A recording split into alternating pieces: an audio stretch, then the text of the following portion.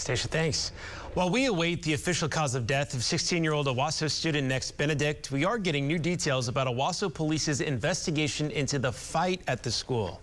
Records show a judge signed a search warrant less than 24 hours after Nex died, giving police access to collect evidence at the school. The search warrant says Owasso police officers suspected foul play was involved, but police say that was written before the medical examiner finished an autopsy on Benedict. Coming up at 5, we'll have a live report with the new details we're learning from that search warrant. A group of people rallying for support for Nex Benedict showed up to a packed State Board of Education meeting at the state capitol this morning. News on 6's Tatum Gwynn sat in on the meeting. She's live for us this afternoon in a windy Oklahoma City. Hey, Tatum. Hey, Coop, I'll tell you what, this wind is no joke this afternoon, but let's get into today's meeting. The tone of the meeting was set before the doors even opened here at the State Department of Education building. Like you mentioned, about a dozen protesters were lined up outside of their doors, all holding signs, all of them rallying in support of Nex Benedict.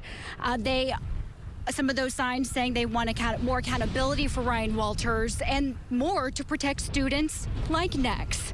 There was nothing on the agenda today to address the larger conversation happening in Owasso and about the death of 16-year-old Nex Benedict, but that was the main undertone of today's public comment before the board got into their consent agenda.